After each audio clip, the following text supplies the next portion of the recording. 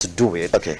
As to what makes this a particular story that is intriguing enough for somebody who even has gone to church, like you're saying, Okay. and thinking, I already do know the Gospel of Mark. In fact, I don't have to read the Gospel of Mark because it's the same story told by different people in a couple of books Yes. about the life and the journey of a man called Jesus Christ. That's right. Here's the thing that I ran into. Say this, that Mark's Gospel is also the first one that really tells us the passion narrative in as much detail than the rest of the Gospels. That's right. As a thespian, if that is the analysis that you're getting, that Mark is the only first man who actually gives us much detail with passion about who Jesus Christ was and the things that he wanted to do, all the miracles that he got into, to the point that, I ran into a story when I was doing my research of Jesus Christ was called on to heal a family. Then one of the disciples essentially told him, you don't have to walk into the second one because you're actually late. So the one that you're supposed to come in and see is already dead. So you guys, you don't have to do it. It's already dead. Yeah. Then Jesus essentially proceeds to say, well, let me just visit. So performs two miracles where he heals one and then continues to raise from the dead one of the That's right. one of the patients he had to visit. As a thespian, telling that particular story, how are you going to present it so that your audience sees that drama in that story? Because I think now that's the story that I got to see, that passion that Mark is telling that story with. So when you're narrating this particular gospel, I also got to see that passion through you. What is your audience going to see? You know, theater thrives on conflict.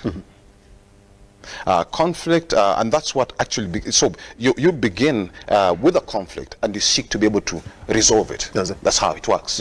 And so it basically would be maybe just a thing is where you would have a protagonist, the main character comes up and he finds somebody that is resisting him from achieving certain these goals. And he does all that he can to be able to achieve what it is. So it's actually an issue of conflict, and that's when you sit down and when you talk about the passion of Jesus, it actually talks about, that's where when you talk about, now why was he crucified? He got it was conflict all over.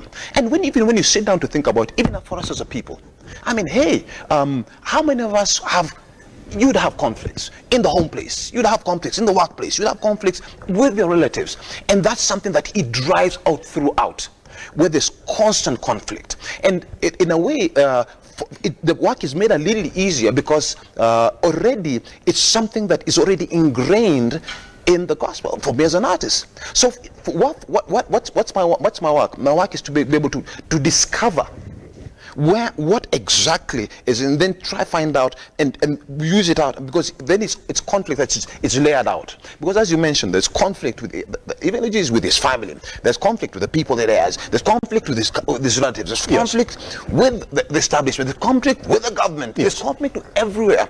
And I think that's an area that most of us have, even in life. So basically, as an artist, it's made so much easier, because already it's ingrained within the work. And so it's and when you look about how he goes about trying navigating the grounds, and there are times in his wisdom trying to you don't want to fight, enter into every battle, and because there's certain battles that you kind of want to avoid. You know what I mean? And when you look at how he goes about it, it's actually extremely intriguing, because some people he confronts, others he would actually, just as much as he does, he would kind of say, okay, these ones they're beyond redemption, I'll just scuttle round. So it is amazing in that sense. Yeah. Here's a question that I want to ask you. Yeah. You know what they say, that when you're doing theater,